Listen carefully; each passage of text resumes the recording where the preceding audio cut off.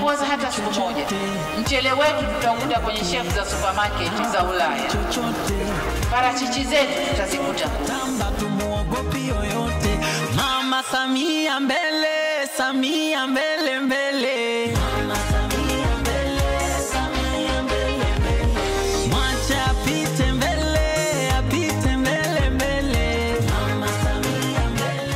Karibu mtazamaji wa TBC1 katika Kesho Bora ambayo inakujia kwa udhamini mnono kabisa wa kampuni ya East West Seed, ikiwa na dhamira ya kuboresha maisha ya wakulima kwa kutoa mbegu bora za mboga mboga, ambao East West Seed kitu ambacho nafanya pia wanafanya tafiti, wanazalisha na kusambaza mbegu, lakini pia wanatoa elimu kwa mkulima ili mradi apate kulima kwa tija katika kilimo ambacho wanafanya. Mimi ni Maulid Kambaya. Karibu nikutembeze katika wilaya ya Chamwino mkoani Dodoma kutazama namna ambavyo wakulima wananufaika na kilimo ambacho wanafanya wakisimamiwa na kampuni ya East West Seed. Dhamira yao inajidhihirisha kwa kuwafikia wakulima katika maeneo mbalimbali na kuwapa elimu sahihi ya kufanya kilimo ili kupata tija kwa kilimo wanachofanya. Kipindi cha Kesho Bora kimetembelea wilaya ya Chamwino jijini Dodoma, ambapo huko wakulima wamepatiwa elimu ya kufanya kilimo cha mboga mboga kwa tija.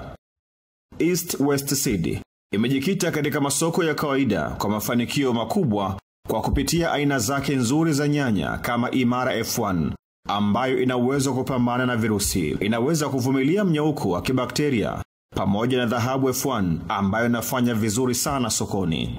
Hapa mbegu ya Imara F1 ndiyo iliyotumika na kuonyesha mafanikio makubwa zaidi. Mafanikio haya yanakwenda sambamba na uandaaji wa shamba kwa kufuata maelekezo kutoka kwa wataalamu. Ukishachagua mbegu sahihi, na leo hii tumeshachagua mbegu ni Imara F1.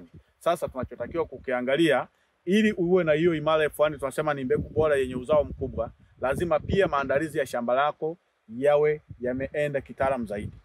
Tunafahamu Dodoma ni eneo ambalo asilimia kubwa au maeneo mengi ni maeneo ya ukame. Hem, tupitishe katika maeneo hayo. Kulima alime Imara F1 sehemu ambayo uhakika wa maji upo. Kwa sababu tunasema Imara F1 ndio nyanya yenye tunda kubwa. Kwa hiyo ukilima Imara F1 sehemu ambayo maji hayatoshi, na tumesema 75% ya tunda ni maji, tutakwambia sasa tumia huyu mtaalamu wetu. Ataenda shambani kwako, ataangalia vigezo ambavyo sasa sisi tunavitaka kitaalamu. Ataangalia shamba lako limekaaje, shamba lako labda pengine atapima pH ya udongo, ule uchachu wa udongo, ili kujua je, hapa mkulima wangu alime nyanya sawa, atalima nyanya. Je, mbolea gani zitumike ili kuweza kufikia malengo ambayo sisi tunayataka. Lakini pia ataangalia je, lile eneo ambalo mkulima amelipendekeza maji yapo ya kutosha? Hapana, hamna maji. Okay? Kama hamna maji maana yake pale nitamshauri labda alime mboga mboga nyingine au atengeneze mazingira mengine ya kupata maji ili alime zao alilo target.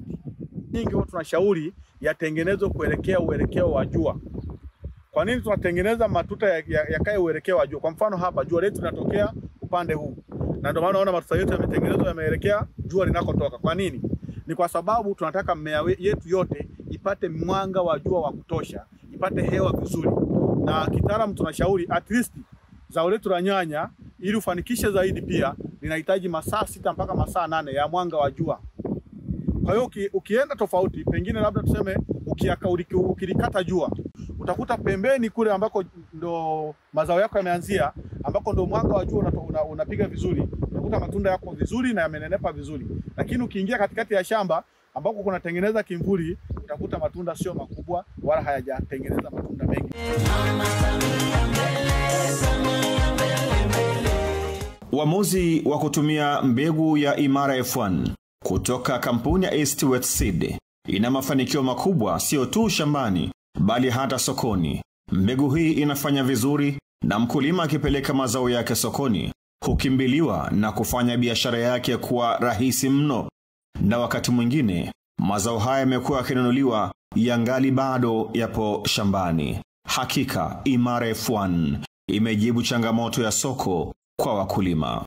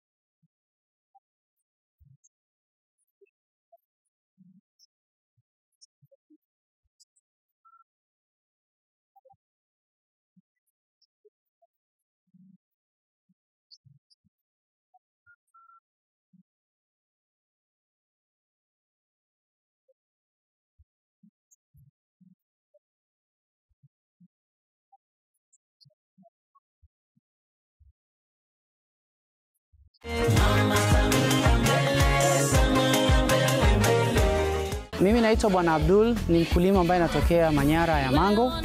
Mimi ni mkulima mkubwa wa mboga na hapa shambani kwangu kama unavyoona sasa hivi nimelima mbegu ya Imara F1. Mimi kitu cha kwanza naangalia ni mbegu iliyokuwa salama. Na wakati nanunua vitu navyo vikagua, lazima niangalie hii seal, lazima niangalie toski na nihakikishe imefungwa. Vitu hivyo nikishavikagua na nikahakikisha, basi nakuwa na uhakika na mbegu yangu na yenye alama ya East West Seed. Vitu hivyo ukivikagua, basi unakuwa umenunua mbegu iliyokuwa salama. Imara ni mbegu ambayo inaganda gumu, inavumilia mnyauko. Hivyo basi kwa mazingira yetu ya Manyara na Arusha, hii ni mbegu bora na ni mbegu ya masika. Hakuna anayemkuta Imara kwenye msimu wa masika. Imara F1 inaimarisha uchumi kwa mkulima.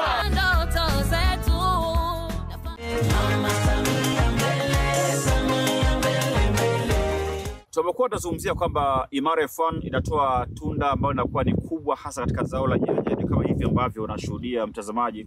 Na mambo yote haya utapata kama utafuata ushauri ambao unatolewa na wataalamu wa kilimo kutoka kampuni ya East West Seed, ambao wanafanya utafiti, wanatoa elimu ya kilimo, lakini pia ni wanazalisha mbegu, achilia mbali kuuza pamoja na kusambaza.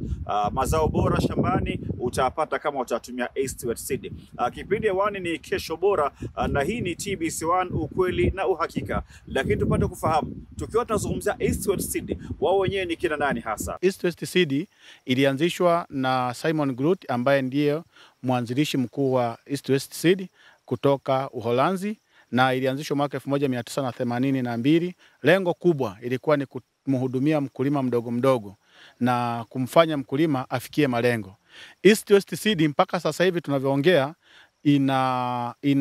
inahudumia zaidi ya nchi 60 hapa duniani, na kwa mafanikio makubwa ya East West Seed mwaka 2019 ndio kampuni pekee ya mbegu na mboga na matunda iliyofanikisha kushika nafasi ya kwanza kwa ajili ya kuwahudumia wakulima. Kwa hiyo hayo ni mafanikio makubwa kwa East West Seed. Na mkulima anaweza akajiuliza kwa nini hapa East West Seed Tanzania ilianzishwa mwaka gani? Kwa majibu ya haraka ni kwamba East West Seed kwa Tanzania ilianzishwa mwaka 2012, na kwa hapo awali ilikuwa ikijulikana kwa jina la Mkulima Seed. Na hivyo basi tuwaondoe wasiwasi wakulima, unapoenda kununua mbegu ya Mkulima Seed, jua uko ndani ya East West Seed. Kwa hiyo tunawakaribisha sana, karibuni sana wakulima, haijalishi kama umenunua gramu 1, umenunua gramu 10, umenunua gramu ngapi ya mbegu, tuko pamoja na wewe kwa ajili ya kuhudumia. Na tunaposema kwamba ni mbegu, ni kampuni inayohudumia mkulima mdogo mdogo, hata ukiangalia package zetu, package ya chini kabisa ni ya gramu 1, ambayo hata mkulima anayetaka kujifunza, hasa kwenye kipengele cha mbegu za nyanya, hata mkulima anayetaka kujifunza anaweza akanunua ile mbegu na kufanya vizuri na kupata matokeo mazuri.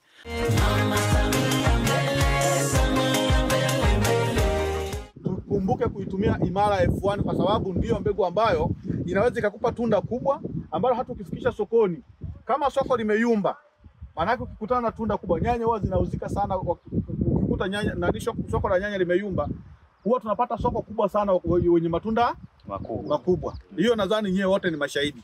Lakini ukiwa na vitunda vidogo vidogo, kila mmoja atakuwa anakaa wapi? Pembeni. Maana yake ile nyanya yako imepotea. Ila ukichagua nyanya kubwa, tunda kubwa kama Imara F1, maana yake umetengeneza mazingira ya kuwa na nini? Jamani, tumeelewana wapenda? Kuwa na kipato. Na lengo kubwa tumesema mbegu bora kwa mapato mazuri. Elimu inayotolewa hapa ni shirikishi. Wakulima nao wanapata nafasi ya kuuliza maswali, lakini pia kutoa ushuhuda kabla ya kukutana na East West Seed. Hali ilikuwaje katika kilimo chao? Kwa jina naitwa Andrea George Masagasi.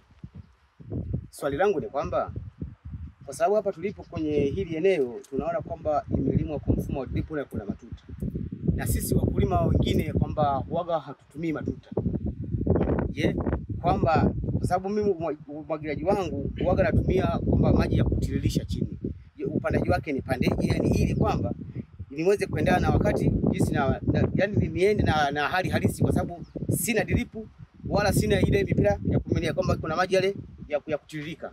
Sisi tunamshauri mkulima kutumia mbinu yoyote ya umwagiliaji. Yaani mbinu yoyote Imara F1 inalimika na inakuwa na inazaa matunda yanayohitajika. Kwamba kutoka mstari mmoja kwenda mstari mwingine tunaweka mita 1 mpaka mita 1.5.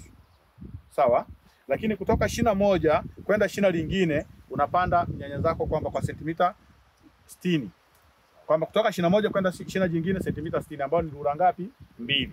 Kwa hiyo maji utayatiririsha ataingia kama ulivyozoea kwenye kilimo chako kutiririsha maji na bila shida yoyote. Hii inaenda kwa mifumo yote. Kuna wale wanaotumia ndoo, kuna wanaotumia mipira wanakuwa wanahamisha mipira, kuna wanaotumia haya matone, kuna wanaotumia tu maji kuteremka kama unavyosema wewe. Kwa hiyo inaruhusiwa bila shida yoyote. Mtaalamu, nashukuru kwa majibu yako. Kwa mfano, je, nimeshaitoa mbegu yangu kwa labda kwenye kitalu. Nimeshaiweka kwenye shamba langu. Mpaka nianze kuvuna nitakuwa nitumie mbolea mara ngapi? Mpaka kuanza kuvuna unaweza kutumia mbolea mara 3 mpaka mara 4. Mara 3 mpaka mara ngapi jamani? Inakuaje? Kuna mbolea tunasema ya kupandia.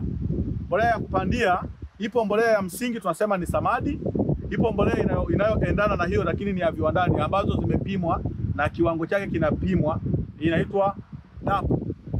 Mbolea zenye madini ya phosphorus. Hiyo ndio tunasema mbolea za kupandia. Hiyo ndio tunasema mbolea ya nini? Ya kwanza. Mbolea ya pili ni mbolea zenye madini ya nitrogen. Tunasema mbolea za kukuzia. Hiyo unaweza kaiweka wiki ya 3 mpaka wiki ya 2 mpaka wiki ya 3. Katikati hapo unaruhusiwa kuweka mbolea ya kukuzia. Mbolea ya 3 tunasema ni mbolea za kuzalishia ambazo zinakuwa na madini makuu mangapi? 3. Inakuwepo na potassium, inakuwepo na calcium, inakuwepo na boron. Na kila dini mojawapo pale lina uhitaji wake na umuhimu wake. Ndio maana tunasema ni madini mangapi? 3. Lakini tunaita ni mbolea ya namba ngapi? Namba 3 kwenye kuiweka. Si ndio? Hiyo sasa unaweza ukaiweka kuanzia siku ya 28 mpaka siku ya 32 hapo unatakiwa iweke. Tayari tunajua kabisa nyanya yetu itakuwa imeshatengeneza, imeweka vikonyo na inahitaji chakula kwa ajili ya matunda, kutengeneza matunda. Lakini pia hapo unaweza kaenda mpaka siku ya 42 au siku ya 50 ukaweka tena mbolea. Na ni hiyo unarudia hiyo ya kuzalishia. Maana yake tayari unakuwa umeweka mara ngapi? Mara 4. Ndani ya hizo siku kwenda pale siku ya kuvuna mvuno wa kwanza inakuwa bado hii mbolea inafanya kazi. Kwa hiyo ili sasa tuseme kwamba mpaka kumaliza kuvuna unaweza kuweka mara ngapi? Tunasema unaweza kuweka hata mara 20, hata mara 30, hata mara 10 kulingana na mmea wako ulivyoutunza, kulingana na mmea wako unavyoendelea. Kwa sababu uwezo kanaambia nyanya ina maua kiasi hiki, alafu ni kwa sababu nimeshaanza kuvuna niikatishe. Mbolea inatakiwa uweke kulingana na mmea unavyo. Mmea ndio unakuongoza kwamba sasa hivi naomba mbolea ya kuzalishia. Sasa hivi naomba mbolea ya kukuzia. Sasa hivi naomba mbolea ya mizizi. Hata kama nyanya umeshaanza kuvuna, lakini ukiona kwamba bado tuna maua machanga, lakini unaona kama vile nyanya yako mizizi imepelea, maana yake tunashauri urudi tena kwenye ile mbolea ya msingi, ile ya kukuzia, ya kupandia. Mimi nilishawahi kulima mbegu. Au nilishawahi kulima nyanya. Sasa mimi nizungumzie nyanya kwa sababu kilimo changu kikubwa mimi nyanya. Nyanya kiukweli kabla hatujapata wataalamu. Kwa mfano nilikuwa nimelima eneo langu la robo eka. La nyanya hizo nyanya gani hizo kwanza hata majina yenyewe nishasahau.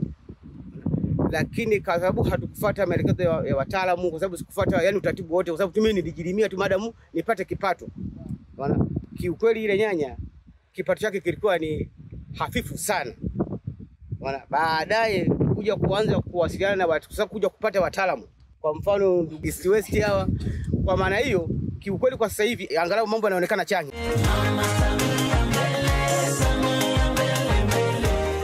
Tujenge ukaribu na afisa kilimo hususan wa eneo lako husika ili basi aweze kukupa ushauri wa kitaalamu zaidi ili kusudi uweze kupata matokeo ambayo unatamani. Ili nyanya hiyo inakubalika sokoni, inatakiwa ni ile nyanya ambayo inakuwa inakaa muda mrefu. Kwa mfano kama nyanya yetu ya Imara ina ganda gumu ambayo inafanya sokoni ikubalike kwa sababu inaweza ikakaa muda mrefu. Mama Samia mbele, Samia mbele mbele. Mama Samia mbele, Samia mbele mbele. Mimi naitwa Maimuna Omari Kanga, natoka kijiji cha Kashi. mkoa wa Manyara. Na mbegu bora Kwanza moja ni shukuru East West kwa kufanya kazi na sisi wakulima wadogo wadogo. Wanatuwezesha kielimu, wanatuwezesha, wanatufunza bure. Hatulipi gharama yoyote katika mafunzo yao. Wanatuwezesha bure na wanatupa mbegu. Tunalima mboga mboga na kila kitu. Kwa hiyo tunawashukuru sana East West kwa kutufanyia hivyo, na tunaomba waendelee kutufunza mafunzo ya aina mbalimbali kuhusu kilimo cha mboga mboga, magonjwa na kila kitu.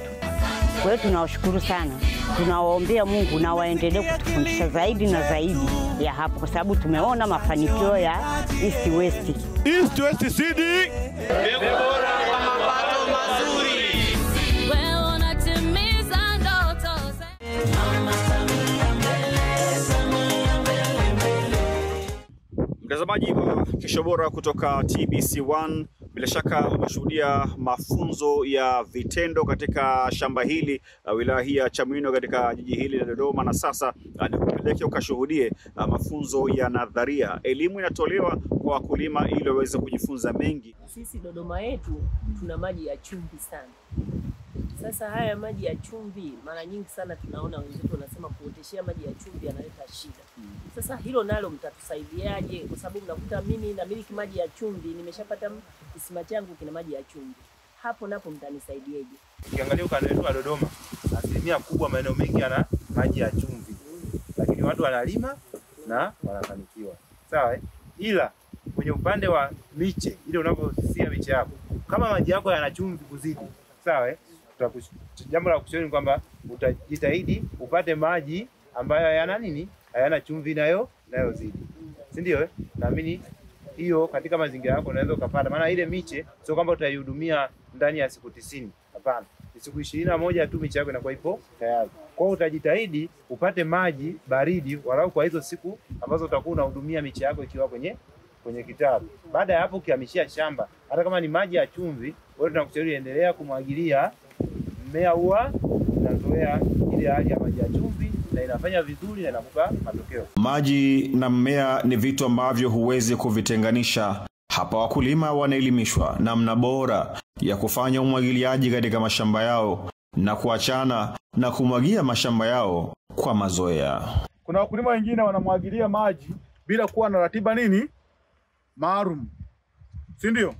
Huyu mheshimiwa shambani kwake ukienda, Jumapili anamwagilia asubuhi. Jumatatu anamwagilia mchana. Jumanne hamwagilii. Jumatano anakuja kumwagilia jioni. Maana yake hizo ndio tunasema ratiba zisizokuwa nini maalum. Kumbe sasa huu mmea ni kama wewe. Umezoea asubuhi unakunywa chai, si ndio? Mchana unakula ugali. Jioni mchana ikifika saa 6 unakula ugali. Jioni saa 1 au saa 2 unakula ugali. Ukijichanganya siku kaenda kuanzia asubuhi hujala chochote. Ukija kula saa 8 mchana, tumboni unasikia kuna hali ya tofauti. Maana yake hata ule mmea ukiumwagilizia kwa ratiba zisizoeleweka huwa unastuka. Labda leo wiki hii yote nimemwagilizia asubuhi, wiki ijayo naanza kumwagilizia mchana. Maana yake unastuka. Unaanza kutafuta kuzoea hali ya kumwagilizwa tena mchana. Ndio maana kuta wakati mwingine sasa inatengeneza nini? Lakini pia umwagiliaji wa jua kali sana, sawa, unatengeneza ule mvuke. Maji yanahitajika mchana. Lakini je, huo mmea wako umeuandaa kumwagilizia mchana? Wewe jana ulimwagilizia asubuhi, juzi ukamwagilizia asubuhi. Leo unaenda kuustua unamwagilizia mchana. Maana yake unatengeneza mvuke mkali, unapanda unaenda kuunguza nini? Ndio maana unaona kitako huwa hakitokei kwenye tunda kwa juu. Kitako kinatokea wapi? Chini. Mama Samia mbele, Samia mbele mbele.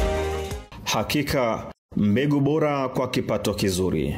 Bila shaka mtazamaji wa TBC1 unajionea mwenyewe namna ambavyo mbegu hii ya Imara F1 inavyofanya vizuri hapa Chamwino.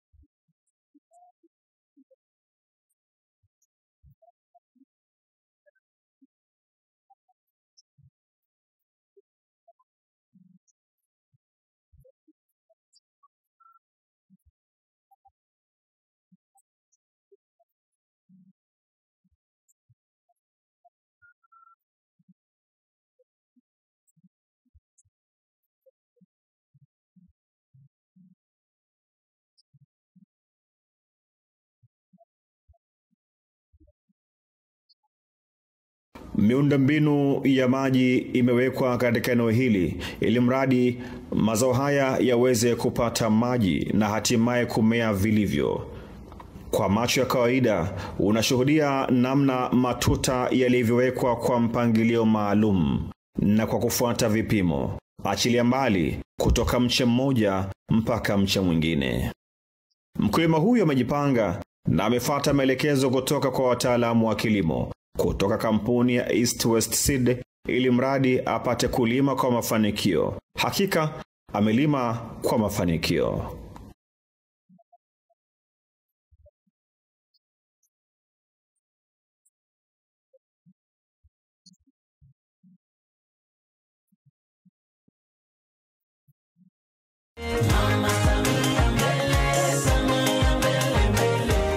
Mimi naitwa Bwana Abdul, ni mkulima ambaye natokea Manyara ya Mango. Mimi ni mkulima mkubwa wa mboga mboga na hapa shambani kwangu kama unavyoona sasa hivi nimelima mbegu ya Imara F1. Mimi kitu cha kwanza naangalia ni mbegu iliyokuwa salama. Na wakati nanunua vitu ninavyovikagua, lazima niangalie hii seal, lazima niangalie toski na nihakikishe imefungwa. Vitu hivyo nikishavikagua na nikahakikisha, basi nakuwa na uhakika na mbegu yangu na yenye alama ya East West Seed.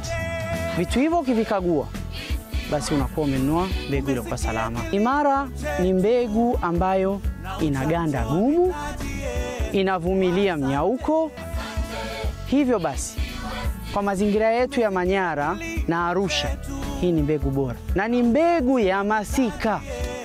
Hakuna anayemkuta Imara kwenye msimu wa masika. Imara F1 inaimarisha uchumi kwa mkulima.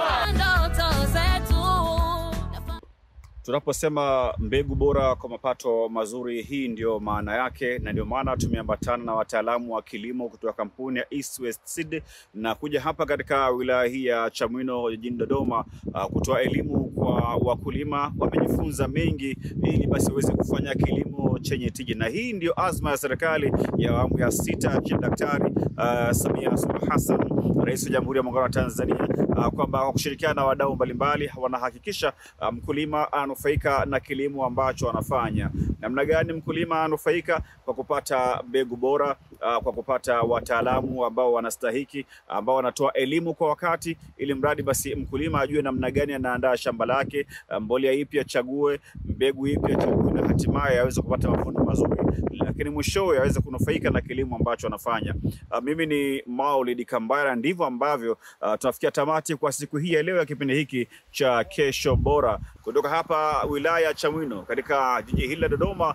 Sina la ziada kwa leo katika kipindi hiki cha Kesho Bora, ni kuambia kwamba endelea kutazama TBC1, ukweli na uhakika, kwani kuna mengi mazuri ambayo yanafuata. Tanzania hatukuwaza hata siku moja mchele wetu tutakuta kwenye shelf za supermarket za Ulaya. Parachichi zetu tutazikuta. Mama Samia mbele, Samia mbele.